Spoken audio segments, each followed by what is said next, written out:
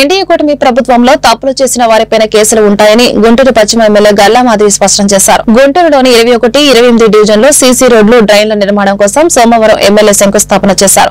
వర్షాకాలంలో ప్రజలకు ఎలాంటి ఇబ్బంది లేకుండా డ్రైన్లను ఆధునీకరిస్తున్నట్లు ఈ సందర్భంగా ఎమ్మెల్యే పేర్కొన్నారు. రహదారులను సకాలంలో పూర్తి చేసి ప్రజలకు పూర్తి స్థాయిలో మౌలిక సదుపాయాలు కల్పిస్తామన్నారు.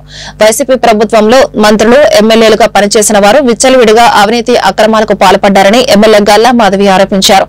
ఈ నేపథ్యంలో అక్రమాలకు పాల్పడ్డ వారిని వివరాలను మంత్రి నారా లోకేష్ రెడ్ బుక్ లో నమోదు చేసుకుని చట్ట ప్రకారం కేసులు నమోదు చేయడం జరుగుతుందని చెప్పారు.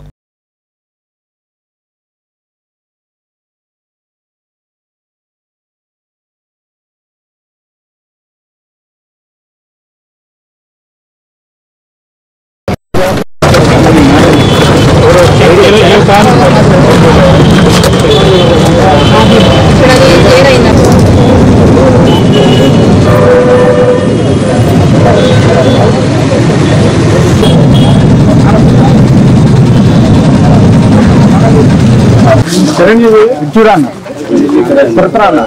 తిరుపతి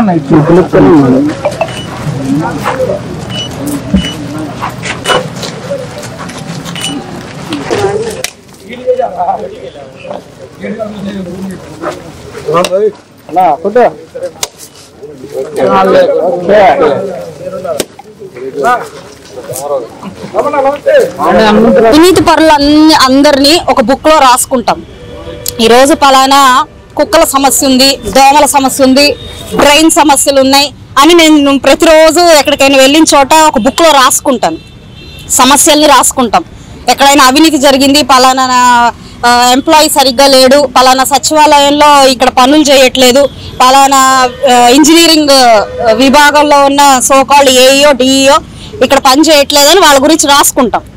రేపొద్దున వాళ్ళ మీద యాక్షన్ తీసుకోవడానికో లేకపోతే మనకు ఈ కాన్స్టిట్యున్సీలో బాగా మంచి పనులు జరగడానికో అవి నోట్ చేసుకుంటాం సాయంత్రానికి. అదేవిధంగా జరిగిన 5 సంవత్సరాల్లో, గడిచిన 5 సంవత్సరాల్లో ఎన్ని రకాలైన అరాచకాలు, అకృత్యాలు, హత్యలు ఇవన్నీ చూసినప్పుడు వాటికి పాల్పడిన అవినీతి నాయకుల్ని ఒక లిస్టు రాసుకొని అది రెడ్ బుక్ అవ్వడం, దాన్ని చూసి వీళ్ళు భయపడడం ఇవన్నీ అవసరం లేదు కదా. రెడ్ బుక్ లో నిజంగానే అవినీతి పరులు అందరూ రాసుకుంటే ఒక్కొక్కరుగా వాళ్ళందరూ టార్గెట్ అవ్వబడతారు. కేవలం అవినీతి పరులు మాత్రం, అక్రమాలకు పాల్పడిన వాళ్ళు మాత్రమే ఆ బుక్ లో ఉంటారు తప్ప నిజంగా రివెంజ్ పాలిటిక్స్ తీసుకోవాలి అని అంటే ఈ రోజు ప్రభుత్వంలోకి వచ్చిన వెంటనే జైళ్లు సరిపోవు, ఏ జైలు కూడా సరిపోని పరిస్థితుల్లో ఈ రోజు మన జైలు ఉండేవి. రివెంజ్ పాలిటిక్సే కనుక చేసి ఉండుంటే ప్రభుత్వం అలాగా జరగదు. 1 by 1 ఆ బుక్ లో ఉన్న ప్రతి ఒక్కళ్ళు హిట్ అవుతారు. ఇది మాత్రం తథ్యం. నియోజకవర్గం ఎమ్మెల్యే గారు గల్లా మాధవి గారి ఆధ్వర్యంలో 28వ డివిజన్లో మంచి ప్రభుత్వం ఆధ్వర్యంలో రోడ్లు ఎక్కడికక్కడ ఏం కావాలంటే అవి ఎప్పటికప్పుడు మేడం గారు చూసి ఈ రోడ్డు పెట్టి మొత్తం దగ్గరుండి పెట్టించి మంచి అభివృద్ధి కార్యక్రమాలు మేడం గారు చేస్తున్నారు. ఇంకా రోడ్లు ఇంకా పెట్టాలని మేడం గారు ఆదేశించారు. ఈ గత ప్రభుత్వంలో ఆపేశారు ఈ రోడ్లు, ఇప్పుడు ఇవి కూడా త్వరగతిన పూర్తి చేయాలని మేడం గారు ఆదేశించారు. Thank you.